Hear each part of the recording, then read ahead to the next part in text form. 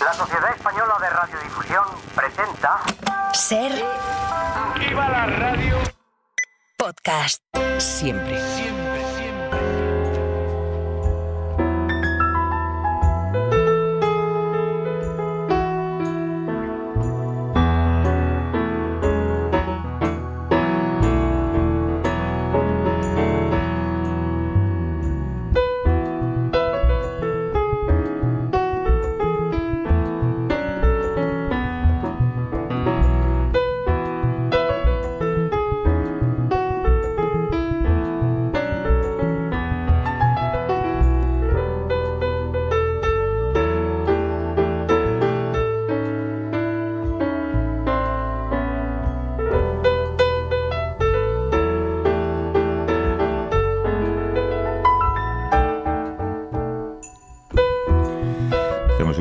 Por algunos detalles de la información internacional con el corresponsal del País en París, Marc Bassets. ¿Cómo estás, Marc? Buenos días. Hola, Javier. Buenos días. Bonjour. Oye, me pregunto si en Francia la campaña electoral para las europeas es un poco como ocurre aquí, que es un reflejo de los debates internos sin poner demasiado la mirada en Europa. Sí, es así. De hecho, yo pienso que desgraciadamente quizá no, pero las elecciones europeas son 27 elecciones nacionales, porque en casi todos los países al final es una contienda que se discute, se dirime en temas internos, ¿no?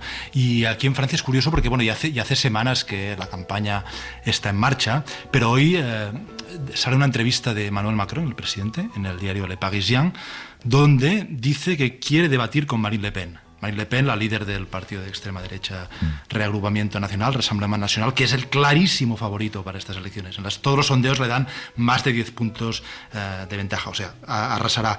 Y Macron, que le gusta mucho bajar al barro y bajar a la arena, y la verdad es que es muy bueno dialécticamente, y ha batido ya 2 veces en debates presidenciales. Eran debates presidenciales, no de europeas, que no es candidato. Pero bueno, quiere debatir con Le Pen. ¿Y Le Pen qué le ha dicho? Le ha dado una respuesta en clave nacional. Le ha dicho que ella debate con Macron con una condición: si Macron pierde, si el partido de Macron pierde, como casi seguro perderá estas elecciones europeas, que Macron dimita o que disuelva la Asamblea Nacional y convoque elecciones legislativas. Obviamente no hará eso. No habrá debate, ¿no? Entonces... Veremos. Yo creo que aquí hay un forcejeo, pero veremos. Y Le Pen yo creo que teme debatir con Macron, porque ha salido ya escaldada 2 veces. Y porque, como dices, Macron es muy hábil dialécticamente. Venga, empezamos.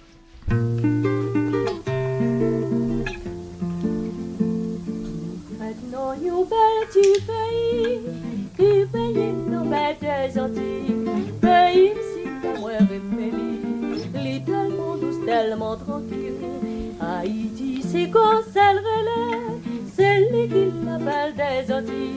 Yo me prends moi le bon diamant, moi pas de jaune qui fait non, yon petit pays, qui veille non mais des Antilles, pays si la muerte. ¿De qué país habla esta canción, Marc? Habla de Haití, y es una canción de Franz Caseus, que es el rey de la guitarra clásica haitiana, y Lolita Cuevas, una cantante puertorriqueña. Una grabación antigua, como ves. Sí, pero muy bonita. Existen desde luego muchos conflictos olvidados, y el Haití es uno de ellos. Ese país caribeño se encuentra sumido en el caos, y hablar de Haití es hablar del país más pobre de América, de una nación inmersa en una crisis aguda, política y social. El último capítulo de este desastre se inició en marzo de este año, hace poco, cuando el gobierno declaró el estado de urgencia y el toque de queda en gran parte del país, después de que miles de presos escaparan de la cárcel más importante de Puerto Príncipe, que es la capital, después del asalto de bandas criminales. Esa degradación de la seguridad está llevando al país, parece, por las crónicas que leemos desde allí, está llevando al país a un punto sin retorno, y Marc, la situación es tan caótica que la policía haitiana no es capaz de resolver esta crisis por sí sola. Sí, y de entrada porque hay poca policía en Haití, son unos miles de policías, y algunos probablemente relacionadas con las bandas criminales. Además no hay prácticamente ejército. Es decir, Haití se parece bastante a un ejemplo práctico de lo que ocurre cuando el Estado se derrumba o desaparece. Este invierno llegó a ocurrir que las bandas criminales forzaron o contribuyeron a forzar la dimisión del primer ministro Ariel Henry, y se formó después un consejo de transición, que es ahora el que teóricamente gobierna este país. Y esta semana finalmente han aterrizado en Haití un contingente de fuerzas especiales de la policía de Kenia, con un mandato de la ONU. La verdad es que la tarea que les espera es muy incierta. Hace menos de 24 horas, o algo más de 24 horas, de hecho, las pandillas han asesinado a 3 misioneros en el país, entre ellos la hija de un legislador norteamericano. La policía haitiana espera que Estados Unidos y Kenia también ultimen ese despliegue de una fuerza internacional para ese país como única solución, creen. Es una crisis con múltiples consecuencias. Una de ellas es el cierre de 30 hospitales, el desabastecimiento de medicinas. Médicos Sin Fronteras ha lanzado este miércoles un mensaje desesperado. Llevan sin poder importar suministros desde hace 3-4 meses, ¿no? Sí, este informe de Médicos Sin Fronteras explica que la capital, Puerto Príncipe, está aislada del mundo exterior. El aeropuerto lleva 3 meses cerrado, los puertos están bloqueados y hay otras fuentes avisan de que hay un riesgo de hambruna masiva. Mira, Donald Trump hace un tiempo describió a Haití como un shithole country, no sé cómo traducirlo, un país de mierda, podríamos decir. Un agujero de mierda, sí. Sí, pero hace unos años, en los años 90, había un senador demócrata en Estados Unidos que ya decía que si Haití se hunde en el Mar Caribe, en el fondo no importa mucho para los intereses de Estados Unidos. Bueno, este senador es Joe Biden.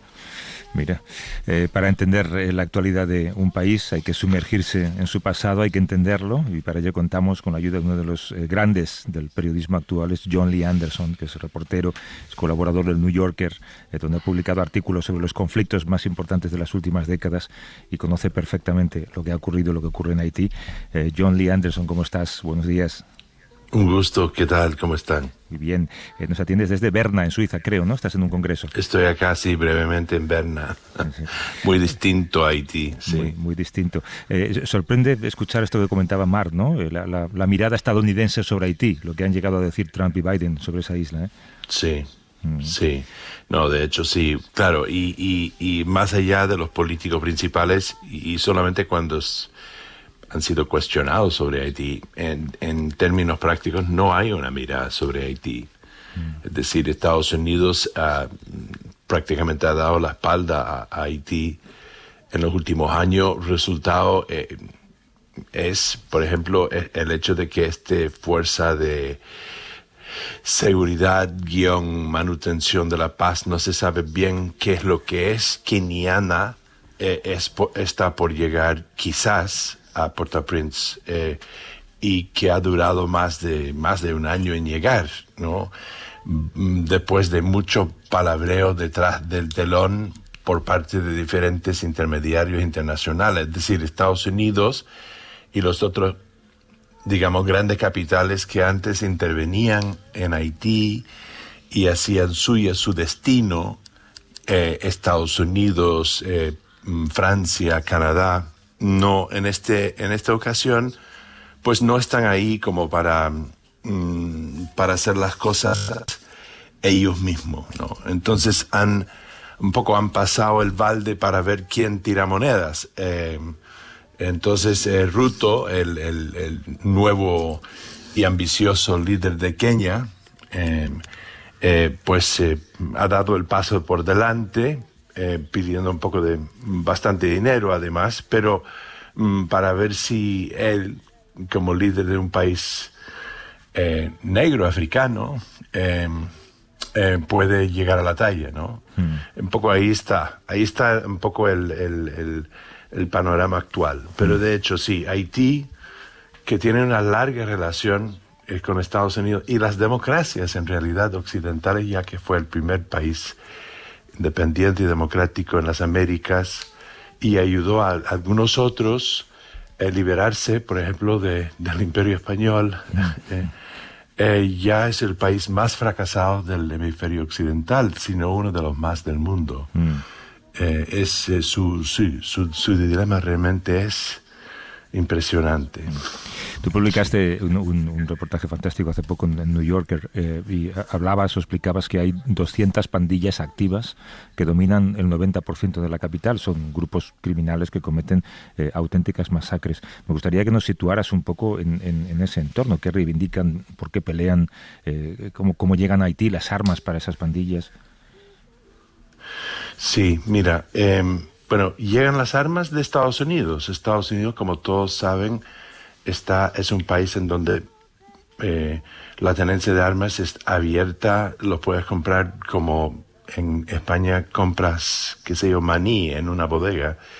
Entonces, y hay insuficiente control sobre a dónde van a ir a parar esas armas. De hecho, en México, donde los carteles se matan entre sí, se matan con armas norteamericanas también. O sea, llegan en contenedores desde Miami y en 2 de los 6 puertos en Port-au-Prince, la capital de Haití, son controladas por pandillas. Es decir, entonces, y aunque de los puertos que no son controlados por las pandillas controlan las vías de acceso y de vuelta a los puertos. Entonces, los camioneros o los dueños de los contenedores que importan a Haití se tienen que pagar una especie de vacuna al jefe de pandillero de turno para que entre la comida, la medicina, lo que sea que llega del puerto a la ciudad. La ciudad se ha convertido en una barriada. Érase una vez, Port-au-Prince era una pequeña joya de ciudad. Si uno mira las fotos de Port-au-Prince del año 30, por ejemplo, más o menos en la misma época en que ciudades como La Habana estaban en su apogeo, ¿no? Llegaban cruceros a Port-au-Prince y gente de otros países llegaban y fueron agasajados por bailarines y demás. Había playas, había una elegancia. Todo eso, a través de los años, ha ido decayendo en diferentes revueltas políticas a partir de la dictadura de los Duvalier, mediados del siglo XX hasta los 80, saqueado, quemado y nunca reparado. Luego el terremoto del 2010, devastante, hasta derrumbó el Palacio Presidencial. Un poco así, ¿no? Y un poco como la alegoría de Humpty Dumpty, ¿no? Todos los hombres del rey han llegado y no lo han reparado. Nunca han podido. Todas las agencias de la ONU, las grandes potencias han llegado, han estado presentes en Haití. Y el resultado ha sido un país totalmente deforestado, en donde no hay agua en los ríos, donde no hay... salvo muy pocas cosas, no hay una economía como tal. 11 millones de personas, la mayoría de origen africano, que viven con una mano delante y otra atrás. Los que han podido en el pasado cruzan la frontera a la República Dominicana, de habla española, que está mejor parado, y ahí trabajan como los obreros, como los albañiles o ayudantes albañiles, y los tratan bastante mal. Pero ahí al menos reciben algún dinero. Últimamente han estado construyendo un muro ahí, y cuando algo pasa en República Dominicana, pues lo culpan a los haitianos, ¿no? Mientras tanto, cada vez que ha habido un cambio de gobierno, desde los Duvalier, en la dinastía dictatorial que gobernó la isla desde los 50 hasta los 80, los partidos se afilian con las barriadas, cada uno con su comunidad, con su líder de comunidad, que a través de los años se han ido maleando y convirtiéndose en pandillas, ¿no? Entonces ya ha sido, desde hace por lo menos 30 años, habitual que el presidente de turno o el régimen de turno se afinca su poder en lo que es la calle, en las barriadas, con grupos delincuenciales, ¿no?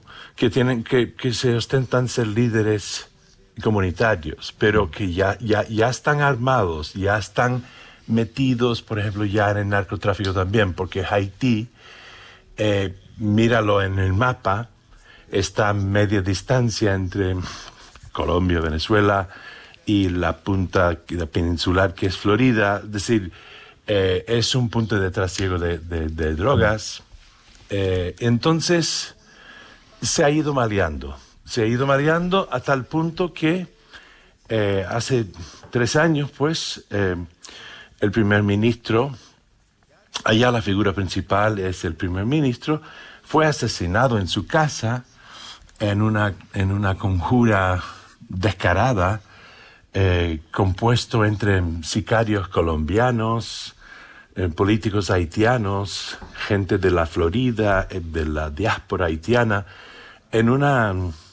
y desde entonces ha habido el desbande puro, ¿no? No ha habido una elección desde entonces, inclusive desde antes, y se ha ido, digamos, el poder se ha ido transitando desde el vacío del poder que dejó su muerte, su asesinato, a líderes, pues, pandilleros, a líderes de la calle. Si bien ha habido figuras transicionales, hubo un primer ministro transicional no elegido, que ahora pues se abre paso a este consejo de transición, los verdaderos hombres del poder son los pandilleros que ya controlan no solamente sus barriadas, sino partes de la ciudad asfáltico, se podría decir, ¿no? Inclusive el área alrededor de lo que érase una vez el Palacio Presidencial está en manos de uno de esos grupos. Y ellos tienen grandes peleas entre sí, muy sanguinarias, en esfuerzos de control, tanto de lugares de acceso de los puertos, que son lucrativos, o bien partes centrales de la ciudad.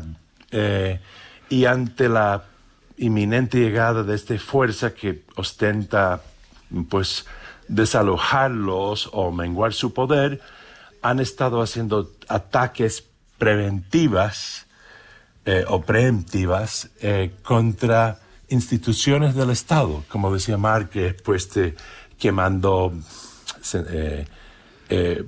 comisariatos de policía, liberando más de 4.000 presos, por ejemplo, criminales. Y bueno, toda una serie de ofensivas que hace pensar que cualquier fuerza que llega a Haití, pues se las tiene que lidiar, ¿no? Sí, es básicamente un resumen un poco tétrico, pero ahí va. Un gran resumen de una historia contemporánea muy triste, Marc. Sí, hola, John, aquí Marc desde París. Uno de estos líderes pandilleros es un tal Jimmy Cherizier, llamado Barbecue, Barbacoa. Tú escribiste abundantemente sobre él en este reportaje que mencionaba Javier en el New Yorker. ¿Podrías hablarnos de Barbecue? ¿Cómo es Barbecue? Sí. ¿Quién es? Sí, sí, Marc. Barbecue es un tipo que, primero hay que entender que cuando se habla de la ciudad en manos de los pandilleros, es muy incierto, pero digamos, entras a lo que es el aeropuerto de Haití y tienes que ser recibido por gente de seguridad. A 5 calles del aeropuerto ya empieza la incertidumbre de quién está en control. Entonces, cuando yo estuve ahí, tuve que recurrir a un grupo de seguridad armado. Andaba con una mujer, una colega, para llegar al único hotel que prácticamente es seguro, que también está resguardado por gente armada. Y ellos, cada vez que van, mandan inteligencia previa, tienen carros con disparadores antes por delante y atrás, y van por unos caminos que muy rápidamente se convierten en barriadas. No la barriada más dura de Port-au-Prince, pero por las lomas, bordeando la ciudad y después entrando. Y en algunas veces que yo salía, cada vez que había que tener una entrevista, igual, había grandes partes de la ciudad donde simplemente no se podía ir. Y cuando uno quedaba con la duda, ¿por qué tanta seguridad? De pronto aparecería 1 o 2 cadáveres en la calle delante de uno, ¿no? Gente asesinada y tirada ahí. Así es. Como un mensaje. Pero claro. Bueno, entonces Barbacoa, sí, así, pero muchos, Barbacoa, resulta que del hotel en que estaba, supuestamente un Marriott, que básicamente los otros clientes eran los de la seguridad y sus familias. 12 minutos del hotel, en una parte de la ciudad propiamente constituida, es decir, pero había que esperar sobre un viaducto a alguien que iba a aparecer. Resultó ser un motociclista, ya sin seguridad, no se puede ir con la seguridad. pero ya después de una negociación, bueno, uno un poco tira la suerte al aire y ya, ok. Y era entrar en un barrio básicamente clase media bastante baja y te encuentras en una plazuelita sin mucha gente, pero aparecen unos chicos armados y luego después de 10-15 minutos barbacoa. Un tipo como en el día que yo lo vi, como vestido como para ir a una fiesta, con una camisa de colorines y un 45 en la mano. Y bueno, ahí sentamos en la calle, frente a una casa que decía ser la suya, no me consta, y hablamos como 2 horas. Ahora, el día que me recibió a mí, sí, antes de la entrevista sí, me recibió y se fue a duchar y después volvió en otro atuendo, más sobrio, lleno de ornamentos masónicos. Qué bueno. Y con una especie de dibujo de él en colores en su iPhone, en su smartphone, con su cara, pero a lo Che Guevara, ¿no? No sé si... Vaya personaje que nos está describiendo. Sí. Y bueno, el tipo me parecía a mí, he conocido bastantes guerrilleros, más como gángster que como jefe guerrillero, pero intentaba en todo momento demostrar su poder.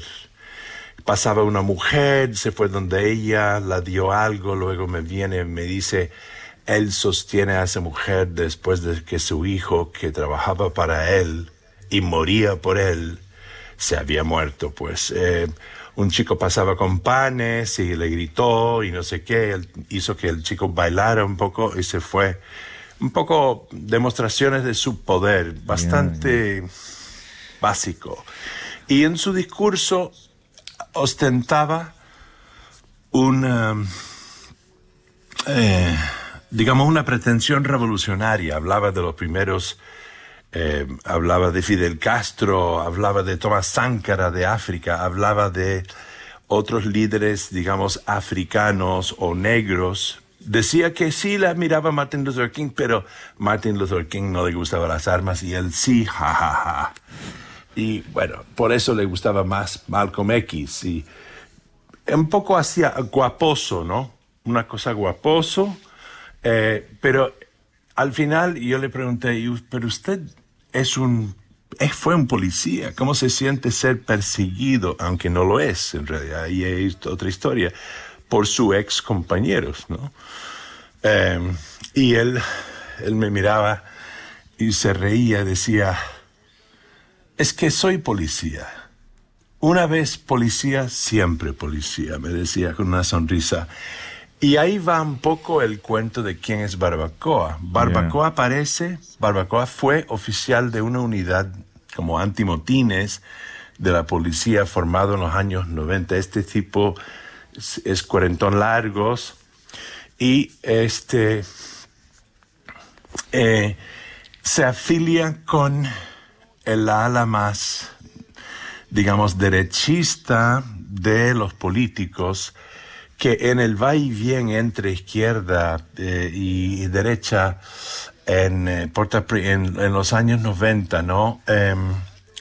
Empieza a ser un poco el guardián anti-pandillero de las barriadas que se afiliaban con el excura, convertido en político que llegó a ser una figura, un líder en Haití bastante controvertido y que fue eventualmente expulsado del poder. Para no entrar en mucho detalle, Cherizier, ya Barbacoa, como policía, fue utilizado como un instrumento del poder para amedrentar a la gente en las barriadas más bajas, que también tenían pandilleros. Y fue pillado hace unos 10 años en un par de masacres de más de 100 personas. A partir de ahí, él rechazaba estas argumentaciones, estos alegatos, pero fueron documentados por vivos testigos, sobrevivientes, y creo que inclusive hay filme. Y él un poco se va a Roque, dentro de la misma ciudad, de hecho en su propio barrio. Esa parte de la ciudad donde lo fui a visitar. Y desde entonces se hace jefe pandillero, pero no está desligado del todo de la parte de la policía que lo utilizaban antes como una especie de agente sucio. Eso. Y se ha convertido en el gran ampón de la... Eso te iba a decir, y en manos de alguien país. como él es donde está el país. Siento mucho, tenemos que interrumpir la conversación por compromisos publicitarios, pero desde luego, tal y como lo has contado, a quien pueda, recomiendo que lea ese reportaje en el New Yorker, porque lo has vendido casi como una serie de Netflix, tristemente una serie real en este caso. John Lee Anderson, que es periodista, es uno de los reporteros que mejor conoce América Latina, es colaborador del New Yorker. Te agradezco muchísimo que nos hayas ayudado a entender mejor cómo está, el que decíamos es el país más pobre, más triste, habría que decir, de América, Haití. John, un abrazo fuerte como siempre y muchas gracias. Igualmente. Gracias. Chao.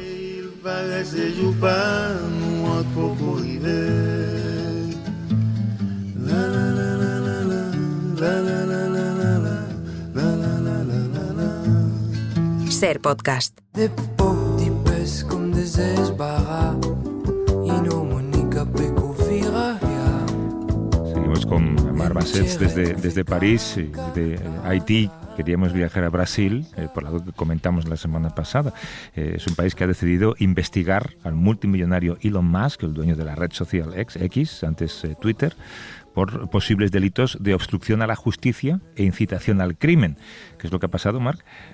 Pues, Javier, todo empieza cuando un juez brasileño, un juez que está embarcado en la batalla contra la desinformación en las redes sociales, este juez ordena bloquear varias cuentas de X, antiguo Twitter, cuentas relacionadas con la extrema derecha de Bolsonaro, el antiguo presidente. Hablamos de esta derecha que en 2023 incitó o intentó un golpe de Estado. Bueno, Musk, que es Elon Musk, que es el propietario de X, dijo que no pensaba cumplir esa orden y cargó en X, cargó contra el juez, pidió su dimisión, de su destitución y le atacó. Y esto llevó al juez a incluir a Musk en la investigación de las llamadas milicias digitales. El juez acusa a Musk de instrumentalización criminal de X y le investiga por conspiración y obstrucción de la justicia. Y el juez casi se ha convertido en un héroe. Para ponernos al día de esta contienda,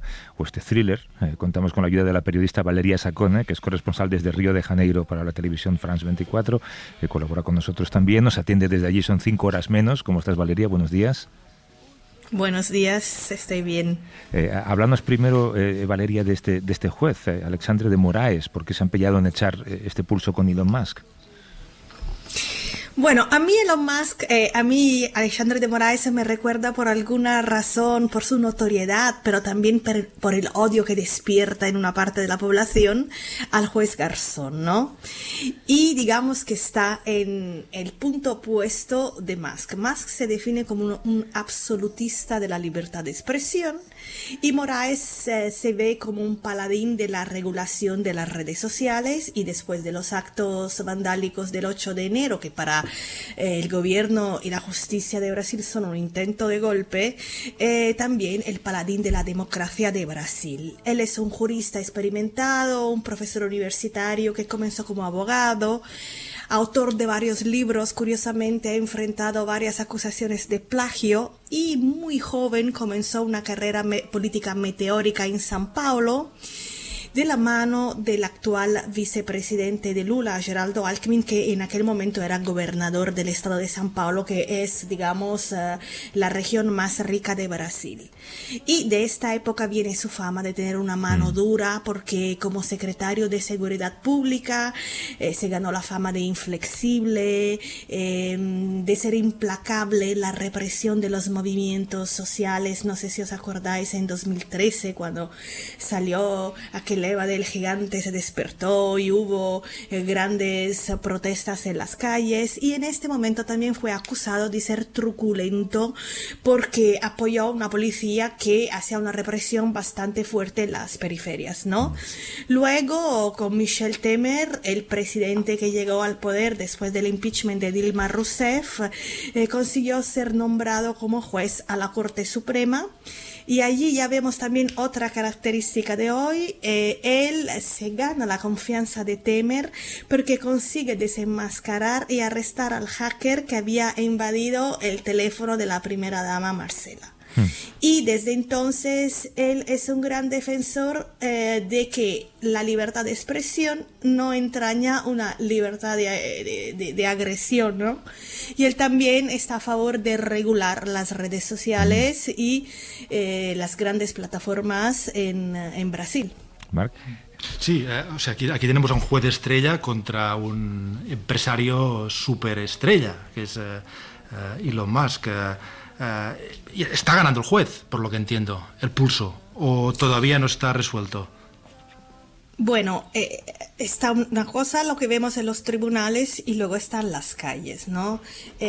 Cuando en 2022 gana Lula, todos los politólogos y las personas con intereses en la política decían Bolsonaro ha perdido, pero no ha perdido el bolsonarismo. Y lo mismo se dijo cuando Bolsonaro fue inhabilitado políticamente, ¿no?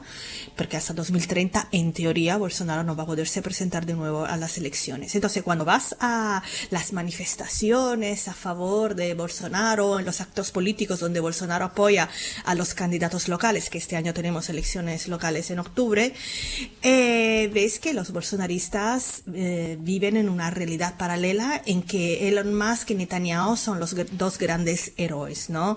Entonces, tú hablas con las personas y las personas dicen que Brasil está en una dictadura, que vive una censura, que falta absolutamente libertad de expresión, que de forma autocrática Moraes está persiguiendo la libertad de expresión y personas concretas. Las personas hablan de comunismo y sobre todo cuando les preguntas, porque yo les pregunto, pero a ver, entonces, ¿qué pasó el 8 de enero en Brasilia cuando fueron vandalizados los edificios del poder? Te responden, no, eran los infiltrados de la izquierda. Hay gente incluso que está convencido que ha sido Lula. Entonces, vivimos en un país muy polarizado donde ahora esta gran palabra de moda, la narrativa, es completamente diferente. Entonces es complicado, ¿no? Sí, pues es curioso que algunos de los argumentos que usa esa derecha contra la izquierda democráticamente elegida resuenan mucho cuando los escuchamos también desde España, Valeria. Tiene que haber intereses para que alguien como Mas pues monte esto o tenga esté dentro de esta polémica en un país como Brasil, que para él debería ser a lo mejor pues un pequeño punto en su gran radar, ¿no? Pero claro, hay algo en juego y son reservas de litio que vienen muy bien para la fabricación de coches eléctricos Tesla, ¿no?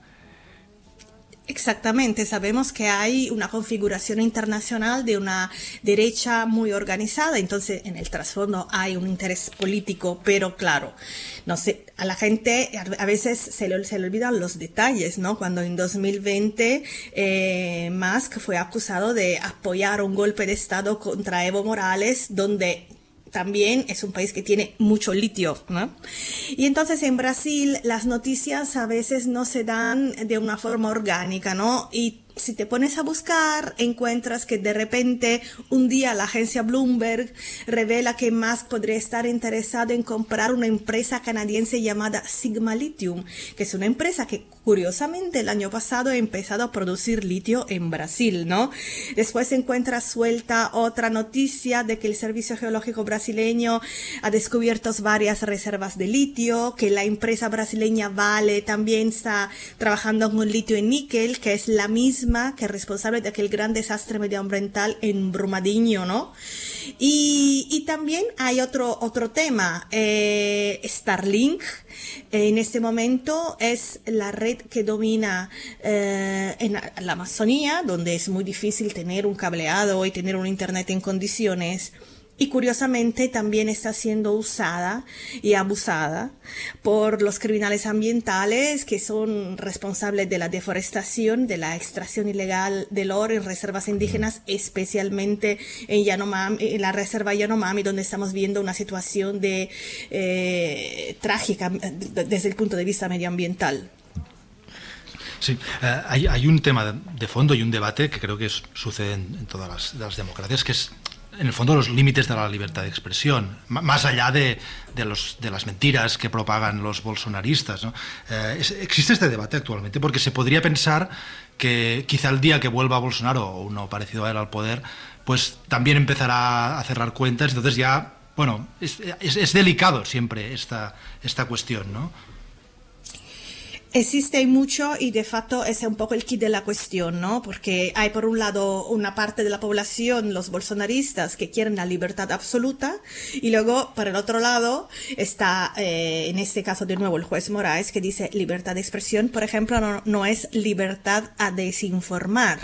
Y lo hemos visto durante las elecciones con noticias falsas sobre el voto electrónico, que Moraes retó a Bolsonaro a aportar pruebas que nunca aportó, y lo estamos viendo ahora en el medio del mayor desastre medioambiental en el sur de Brasil con las inundaciones, donde se ha plagado las redes sociales de noticias falsas para, digamos, dar una idea equivocada de la actuación del gobierno federal liderado por Lula, ¿no? Entonces, hay una ley en este momento que se está debatiendo en el Parlamento para regular las redes sociales, sobre todo para responsabilizar a las plataformas a retirar noticias falsas, mensajes de odio, etcétera.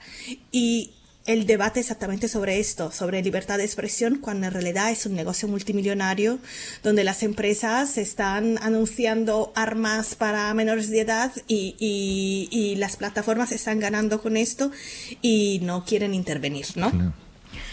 Valeria Sacone, que es corresponsal desde Río de Janeiro para la televisión France 24 y colabora con nosotros, nos ha atendido desde allí.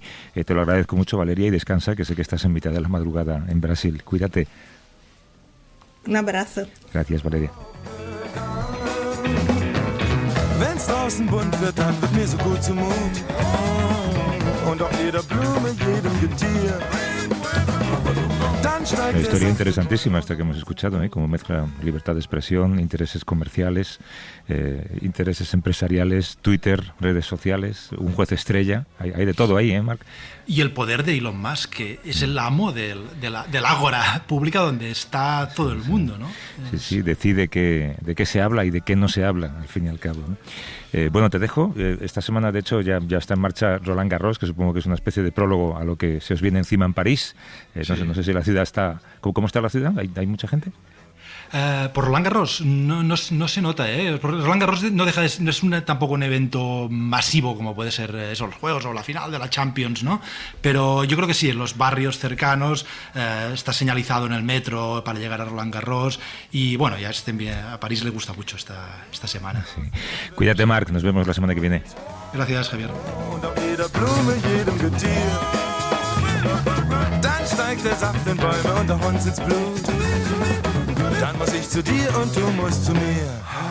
Para no perderte ningún episodio, síguenos en la aplicación o la web de la SER, Podium Podcast o tu plataforma de audio favorita.